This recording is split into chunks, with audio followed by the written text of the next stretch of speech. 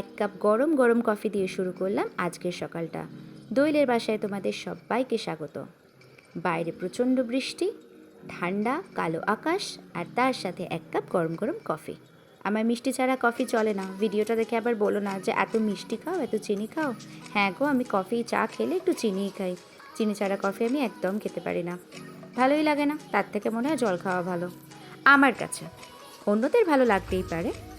যাই হোক, এই সময় কফি ভীষণ ভালো লাগে। ঠান্ডা ঠান্ডা ওয়েদারেতে পুরো জমে যায়। না বাবা, বেশি জমে গিয়ে কাজ নেই, কারণ আজকে হচ্ছে মঙ্গলবার। মেয়েকে টিফিন দিতে হবে, ওঠাতে হবে, তৈরি করতে হবে ফাটাফাট। কালকে আমার এক বন্ধু আসে, নতুন সংসার পেতেছে সে বলে বর্ষাকালে প্রচণ্ড নুনে জল কেটে যাচ্ছে, কি করবো বলতো? আমি বললাম এতে 6টা লবঙ্গ দিয়ে রাখ, এতে ঘরের নেগেটিভিটিও কাটে আর নুনটাও ভালো থাকে। যাই হোক, তোমরা যারা জানো তারা কিন্তু টন্ট করো না যেন, কেননা যারা নতুন তারা অনেকেই জানে না, তাদের জন্যই বললাম।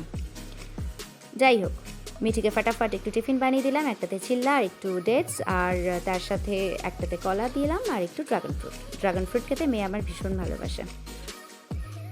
এনিওয়ে, আমাকে 6জন মেসেঞ্জারেতে কমেন্ট করেছে যে দিদি তোমার স্কিন কেয়ারটা একটুখানি বলো।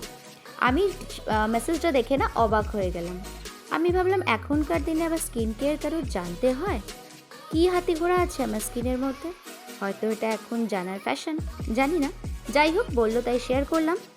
একটু ওই বেসনের সাথে কখনো মধু, কখনো একটু কাঁচা দুধ না থাকলে একটু লেবুর রস আর একটু গোলাপ জল দিয়ে দিই, আর কখনো নাকে পেলে এমনি জলে দিয়ে দিই, একটু 1 চিমটে হলুদ দিয়ে দিই। এটাই সপ্তাহে 2 দিন 3 দিন জাস্ট মুখেতে অ্যাপ্লাই করে দিই। এর চেয়ে বেশি কিচ্ছু না। আমার মেয়ে প্রচণ্ড দুরন্ত, এর চেয়ে বেশি কিছু করার কথা আমি ভাবতেও পারি না। এইটুকু করেই আমার শান্তি। সেটাও মাঝে মাঝে যে করতে পারি সেটাও নয়। এটা কিন্তু তোমরা তোমাদের বাচ্চাদেরকেও অ্যাপ্লাই করতে পারো।